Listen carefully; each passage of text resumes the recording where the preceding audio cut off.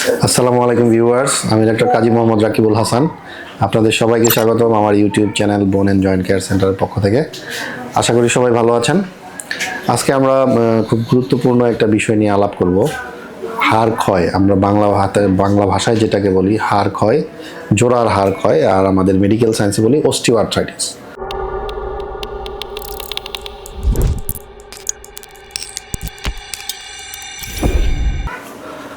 Osteoarthritis বা হাড় ক্ষয়টা হলো সারা বিশ্বেই সবচেয়ে কমন একটা জয়েন্টের প্রবলেম। বলা হয়ে থাকে মোটামুটি বয়স যাদের 55-র উপরে চলে যায় এরকম প্রায় 80% মানুষই অস্টিওআর্থ্রাইটিস রোগে ভোগে, মানে হাড় ক্ষয়ে ভোগে। তো আসলে আমরা জেনে নেই অস্টিওআর্থ্রাইটিস হলে আসলে কোন কোন জয়েন্ট আক্রান্ত হয়। অস্টিওআর্থ্রাইটিসে আমাদের মোস্ট কমনলি যে জয়েন্টগুলো এফেক্টেড হয় এর মধ্যে নি জয়েন্ট, হিপ জয়েন্ট, তারপর পায়ের জয়েন্ট, ফিট, হ্যান্ড এবং ইম্পর্টেন্ট থিং হলো মেরুদণ্ড বা স্পাইন। এই সবগুলো জয়েন্টই অস্টিওআর্থ্রাইটিসে আক্রান্ত হতে পারে। এই অস্টিওআর্থ্রাইটিসের আসলে ধরন বা টাইপটা কীরকম, আমরা যদি বড় হেডিংয়ে বলি, বড় দাগে বলি, তাহলে অস্টিওআর্থ্রাইটিসকে আমরা দুই ভাগে ভাগ করতে পারি। একটাকে বলতে পারি primary osteoarthritis or garden type osteoarthritis, আরেকটাকে বলতে পারি সেকেন্ডারি অস্টিওআর্থ্রাইটিস। এটা যদি একটু আলোচনা করি, প্রাইমারি অস্টিওআর্থ্রাইটিস মানে যেটার স্পেসিফিক কোনো কারণ জানা নেই, তার মানে হলো রুগীর বয়স হলো, আস্তে আস্তে হাড় ক্ষয় হলো, এটাকে আমরা বলতে পারি প্রাইমারি অস্টিওআর্থ্রাইটিস। আর সেকেন্ডারি অস্টিওআর্থ্রাইটিসটা হলো স্পেসিফিক একটা কারণে তার হাড়টা ক্ষয় হয়ে যাচ্ছে, যেমন তার আগে কোনো দুর্ঘটনা ঘটেছিল বা অ্যাক্সিডেন্ট হয়েছিল, তারপরে জয়েন্টটা আস্তে আস্তে নষ্ট হয়ে যাচ্ছে, বা হাড়ে কোনো ইনফেকশন হয়েছিল সেখান থেকে আস্তে আস্তে নষ্ট হয়ে যাচ্ছে। এই ধরনের এটাকে বলতে পারি আমরা সেকেন্ডারি অস্টিওআর্থ্রাইটিস।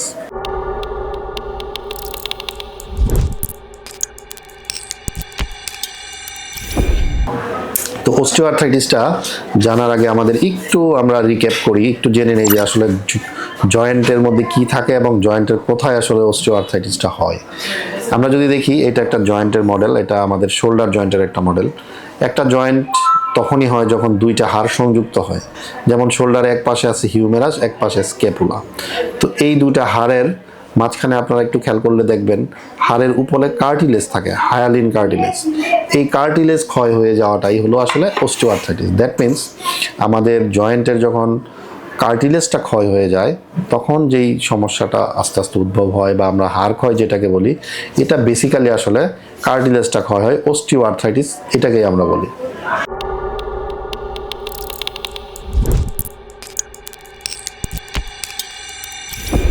যদি আমরা একটু জানার চেষ্টা করি আসলে অস্টিওআর্থ্রাইটিসের স্পেসিফিক কোনো কজ আছে কিনা বা কেন হচ্ছে, আমরা বড় দাগে দুটো ভাগে ভাগ করতে পারি। একটা হলো সিস্টেমিক কিছু কজ আর একটা লোকাল কিছু কজ।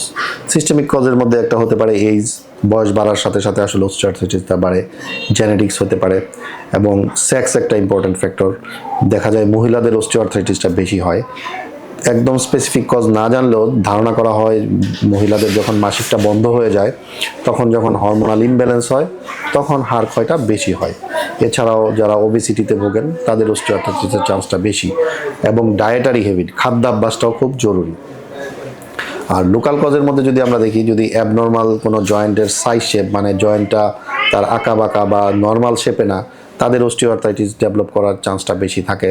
তারপরে আগের কোনো দুর্ঘটনা ঘটে জয়েন্টটা একটু ডিস্টার্ব হয়ে গেছে, জয়েন্টটা একটু ইমব্যালেন্স হয়ে গেছে, এমন হলে তার সেই সব ক্ষেত্রে অস্টিওআর্থ্রাইটিসের চান্স বেশি থাকে।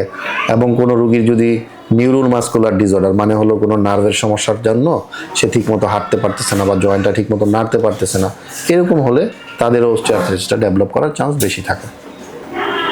অস্টিওআর্থ্রাইটিসের আসলে প্যাথোলজিটা কি হয়, মানে এক্স্যাক্টলি হাড়ের ভিতরে বা জয়েন্টের ভিতরে কি হচ্ছে। অস্টিওআর্থ্রাইটিসে যেটা হয়, একদিকে তার জয়েন্ট স্পেসটা ন্যারোয়িং হয়ে যায়, কারণ কার্টিলেজটা যখন ডিস্ট্রাকশন হয়ে যায়, মানে কার্টিলেজটা ক্ষয় হয়ে যেতে থাকলে জোড়ার মাঝখানে জায়গা কমে যায়।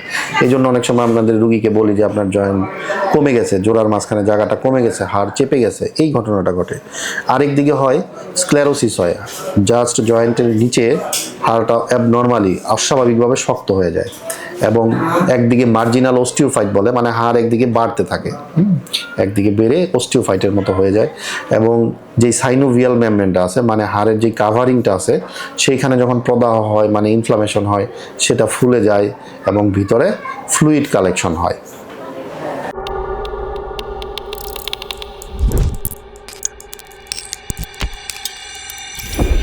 এখন অস্টিওআর্থ্রাইটিসে আক্রান্ত একটা রোগীর আসলে লক্ষণ কি থাকে বা কি দেখলে আমরা বলবো যে এই রোগীটা অস্টিওআর্থ্রাইটিসে আক্রান্ত? প্রথমে আমরা রোগীর কিছু লক্ষণ সিমটম বলতে পারি। প্রথমত রোগী কমপ্লেন করবে তার ব্যথা, যেই জয়েন্টে অস্টিওআর্থ্রাইটিস ওই জয়েন্টে ব্যথা থাকবে, এটা অল্প থেকে বেশি যে কোনো পরিমাণে হতে পারে। তারপর যেটা হয়, জয়েন্টের মুভমেন্টটা কমে যায়, মানে মোবিলিটিটা কমে যায়, জয়েন্টটা স্টিফ হয়ে যায়। অনেক সময় রোগী ফেটিগ হয়ে যায়, মানে দুর্বল হয়ে যায়, অ্যাবনর্মালি দুর্বল থাকে। স্লিপ ডিস্টারবেন্স হতে পারে, তার ঘুমের সমস্যা হতে পারে। জয়েন্টের ভিতরে ফ্লুইড কালেকশন হয়ে জয়েন্টটা ফুলে যেতে পারে।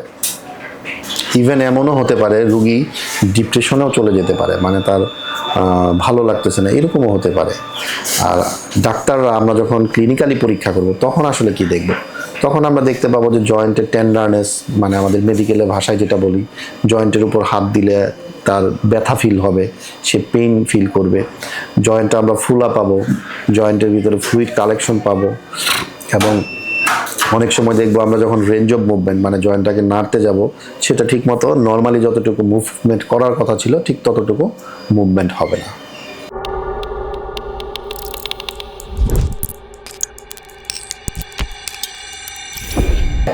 অস্টিওআর্থ্রাইটিস রোগটা এখন ধরতে হলে আমাদের কোনো পরীক্ষা নিরীক্ষা করতে হবে কিনা বা কোনো ইনভেস্টিগেশন লাগবে কিনা?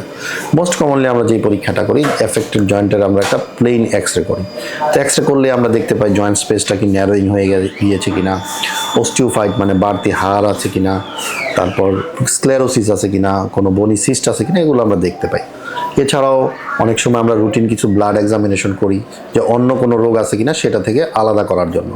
যেমন সিবিসি করলে কোনো যদি অন্য কোথাও ইনফ্লামেশন থাকে তাহলে আমরা ইএসএটা রেইজ পেতে পারি। সিআরপি করলে ইনফ্লামেটরি অন্য কোনো কন্ডিশন থাকলে সিআরপিটা রেইজড হতে পারে। এগুলো করে আমরা অন্য রোগ আছে কিনা সেটাও একটু ডিফারেন্সিয়েট করতে পারি। অস্টিওআর্থ্রাইটিসের সাথে অন্য কোনো ডিজিজ আমাদেরকে কনফিউশন করতে পারে কিনা? মোস্ট কমনলি যদি নি জয়েন্টে হয় তাহলে হতে পারে এটা রিউমাটয়েড আর্থ্রাইটিস কিনা, সেটা আমাদেরকে ডিফারেন্সিয়েট করতে হবে। অথবা এটা অন্য কোনো ইনফ্লামেটরি কন্ডিশন কিনা, সেপটিক নি বা সাইনোভাইটিস কিনা, সেগুলো আমাদেরকে আলাদা করতে হবে।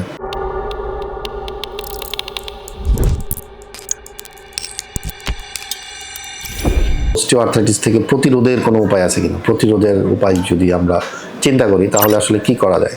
অস্টিওআর্থ্রাইটিস একটা ন্যাচারাল ডিজিজ, এটা ন্যাচারাল প্রসেস, সে তার গতিতেই আগাবে। তবে হ্যাঁ, আমরা যদি একটু সচেতন হই, আমরা যদি খাদ্যাভ্যাস পরিবর্তন করি, আমরা যদি ওয়েট রিডাকশন করতে পারি, রেগুলার এক্সারসাইজ করতে পারি, এবং মোস্ট ইম্পর্ট্যান্ট যে জয়েন্টগুলো বেশি অস্টিওআর্থ্রাইটিস হয়, যেই জয়েন্টগুলোতে বেশি অস্টিওআর্থ্রাইটিসের প্রবণতা বেশি, যেমন নি জয়েন্ট, হিপ জয়েন্ট, এই জয়েন্টগুলোকে আমাদের ডাক্তারের শরণাপন্ন হওয়ার পরে যেইভাবে আমাদেরকে চলতে বলে আমরা যদি সেইভাবে চলতে পারি তাহলে অনেকখানি আমাদের অস্টিওআর্থ্রাইটিস প্রিভেনশন করা সম্ভব। একদম নিচে বেজলাইনে সকলের জন্য যেই চিকিৎসা, সেটা হতে পারে প্রথমত রুগীকে এডুকেটেড করা, রুগীকে বোঝানো, তার লাইফস্টাইল মডিফিকেশন করা, তাকে এক্সারসাইজ করতে উৎসাহ দেওয়া, তার ওজন কমাতে বলা, এই জিনিসগুলো থাকে প্রথম ধাপে। এছাড়া সে সিম্পল কিছু অ্যানালজেসিক খেতে পারে, নিজের মতো করে কোনো ভিটামিন মিনারেলস ইনটেক করতে পারে, খাদ্যাভ্যাস চেঞ্জ করতে পারে, ওয়েট রিডাকশন করতে পারে। এর পরবর্তী ধাপে ব্যথা যখন আরেকটু বেড়ে যায় বা আরেকটু অ্যাডভান্স লেভেলে চলে যায়, তখন আমরা ডাক্তারের শরণাপন্ন যখন হই তখন আমাদের আসলে কি করণীয় থাকে? তখন আমরা দুই ধাপে এটা করতে পারি। একটা হলো সিম্পল নন সার্জিক্যাল ট্রিটমেন্ট, মানে সিম্পল, আরেকটা হলো advance non surgical treatment. Simple non সার্জিক্যালের মধ্যে যেমন আমরা এনএসআইডি দিই, মানে non steroidal anti inflammatory drug, ব্যথার ওষুধ যেটাকে বলি। তারপরে ফিজিওথেরাপি দিতে পারি, আদার কোনো ড্রাগস যদি প্রয়োজন হয়, ক্যালসিয়াম সাপ্লিমেন্ট লাগে, সেগুলো দিতে পারি, এবং অ্যাসিস্টেড ফিজিওথেরাপিটা খুব ইম্পর্ট্যান্ট। আর আরেকটু অ্যাডভান্স হলে যখন এতেও কাজ হচ্ছে না, তখন অনেক সময় আমরা লোকালি অ্যান্টি ইনফ্লামেশন কমানোর জন্য স্টেরয়েড ইঞ্জেকশন দিতে পারি। আর জয়েন্টের ভিতরে আমরা মোস্ট কমনলি হাঁটুতে দিই, অনেক সময় শোল্ডারে দিই। হ্যাঁ, এটাও কিন্তু চিকিৎসার একটা পার্ট। আর যখন এতেও কাজ হচ্ছে না, আরও অ্যাডভান্স হয়ে গেল, তখন আসলে আলটিমেটলি আমাদেরকে সার্জারিতে যেতে হয়। এখন আসলে এই অস্টিওআর্থ্রাইটিসের জন্য অনেক ভালো ভালো সার্জারি আসছে। এটা জয়েন্টের পার্শিয়াল হতে পারে অথবা টোটাল জয়েন্ট রিপ্লেসমেন্ট হতে পারে, জয়েন্ট প্রিজার্ভিং সার্জারি হতে পারে। এটা নির্ভর করতেছে আসলে রুগী কোন স্টেজে আছে এবং রুগীর বয়স কত, রুগীর ডিমান্ড কি, রুগী আমার কাছে কি চায়, রুগীর অকুপেশনটা কি, এই সব কিছুর উপর নির্ভর করে তখন কোন ধরনের সার্জারিটা তার জন্য অ্যাপ্রোপ্রিয়েট হবে সেটা আসলে নির্ধারণ করতে হয়। তো ডিয়ার ভিউয়ার্স, ধন্যবাদ সবাইকে এতক্ষণ আমাদের সাথে থাকার জন্য। আশা করি আপনারা কিছুটা হলেও উপকৃত হতে পেরেছেন। আসলে আমাদের ফ্যামিলিতে পরিবারে অনেক বৃদ্ধ মানুষ আছে, আমাদের বাবা মা আত্মীয় স্বজন অনেককেই দেখবেন যে এই অস্টিওআর্থ্রাইটিসের রোগে ভুগতেছে। তো এটা সম্পর্কে যদি আমাদের একটা ধারণা থাকে তাহলে আমরা অনেক ক্ষেত্রেই তাদেরকে হেল্প করতে পারবো। তো যারা এই ভিডিওটি দেখেছেন সবাইকে ধন্যবাদ। তো সবাই আমাদের পাশে থাকবেন, লাইক কমেন্ট শেয়ার দিবেন, আমাদের চ্যানেলটির সাবস্ক্রাইব করবেন এবং আপনাদের যদি অর্থোপেডিক সংক্রান্ত কোনো জিজ্ঞাসা থাকে আমাদেরকে কমেন্টের মাধ্যমে জানান। আমরা চেষ্টা করব তার সদুত্তর দেওয়ার, আমরা চেষ্টা করব তার কোনো সমস্যার সমাধান দেওয়ার। ধন্যবাদ, সবাই ভালো থাকবেন। Be dynamic, be healthy.